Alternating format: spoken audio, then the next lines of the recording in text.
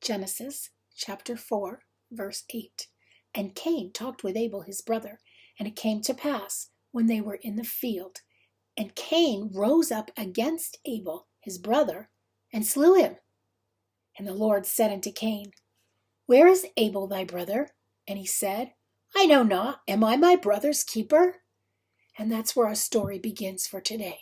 Our lesson is about the people that are brothers' keepers.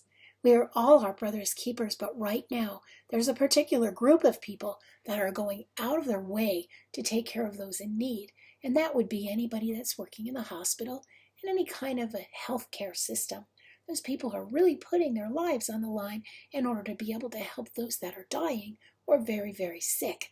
So I would like to do something special for them. We've been doing it all week with the other classes. I'd like to make a thank you, kind of a poster, and mail it to them. So step by step, we're going to go through and make a person.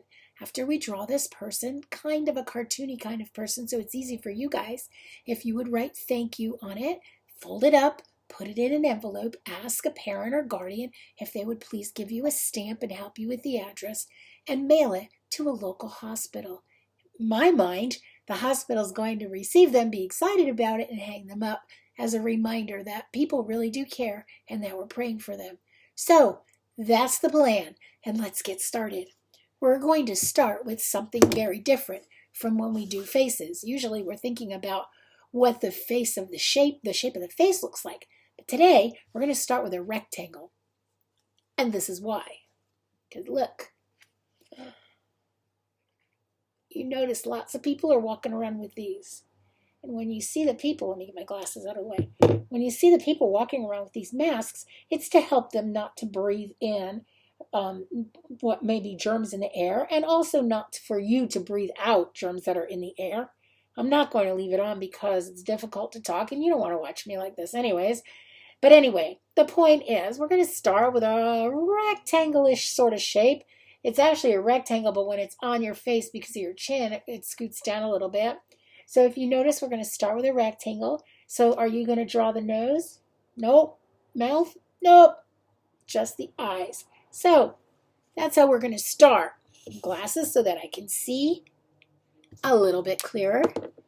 And we're going to start, as I said, with a rectangle.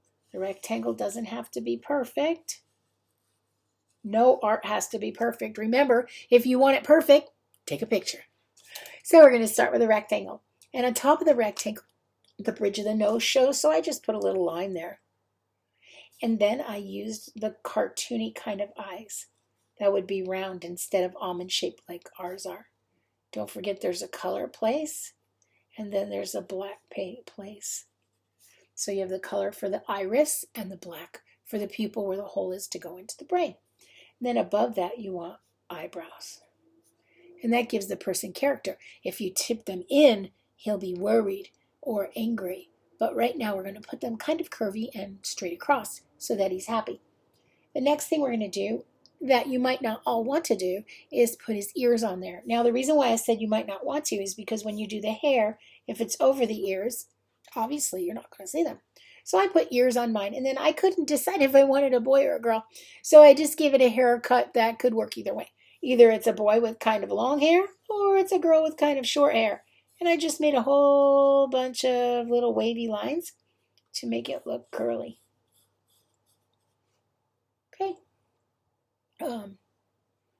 You can make all different hairstyles, and you'll notice that on the post are examples of different hairstyles. That gives you, I don't know, like 40 different designs that you can do.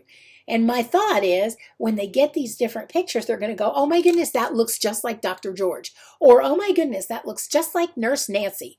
So whomever it is, and they'll be able to relate to these pictures. I'm hoping, because I really was hoping that they would just have a smile out of them and let them know that we do care. Now from there, the next thing is the neck. That's the next thing that actually shows.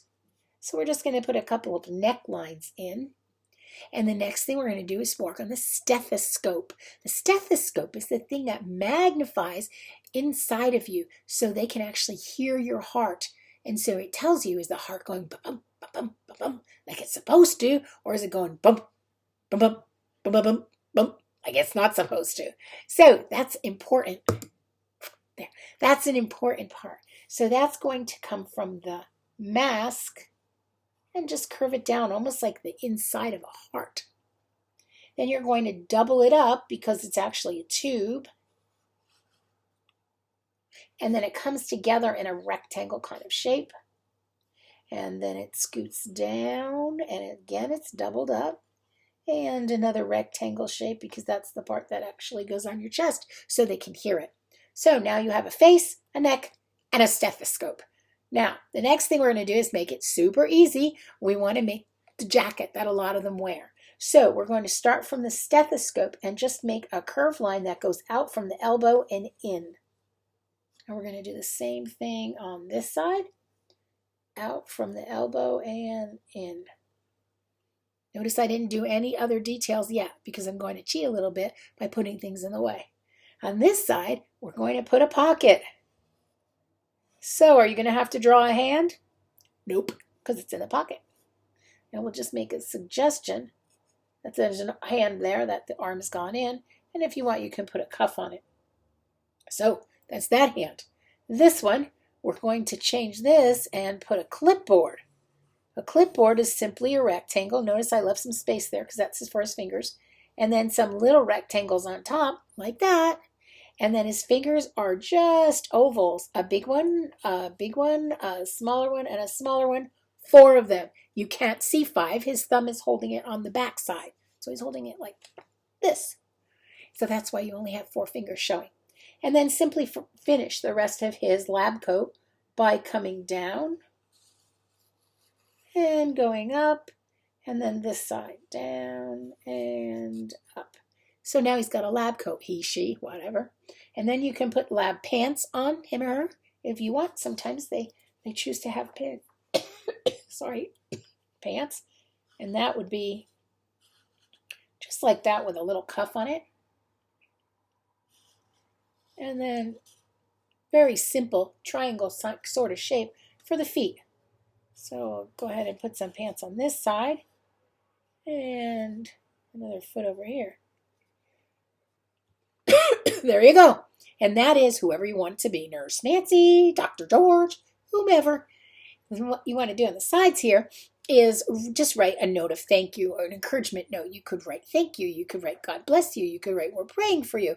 Whatever it is that you feel that you want to write. But whatever you write, make sure it's kind. Make sure it's encouraging.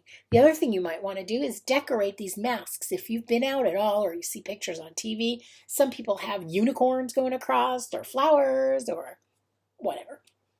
Just make sure whatever it is, it's kind and not scary. They're in the hospital, so we want to encourage. So it's all good. Make sure you're a part of making somebody else's day by making a poster and mailing it to your local hospital. This is Mrs. Margroff, and I will be talking to you next week. Have fun.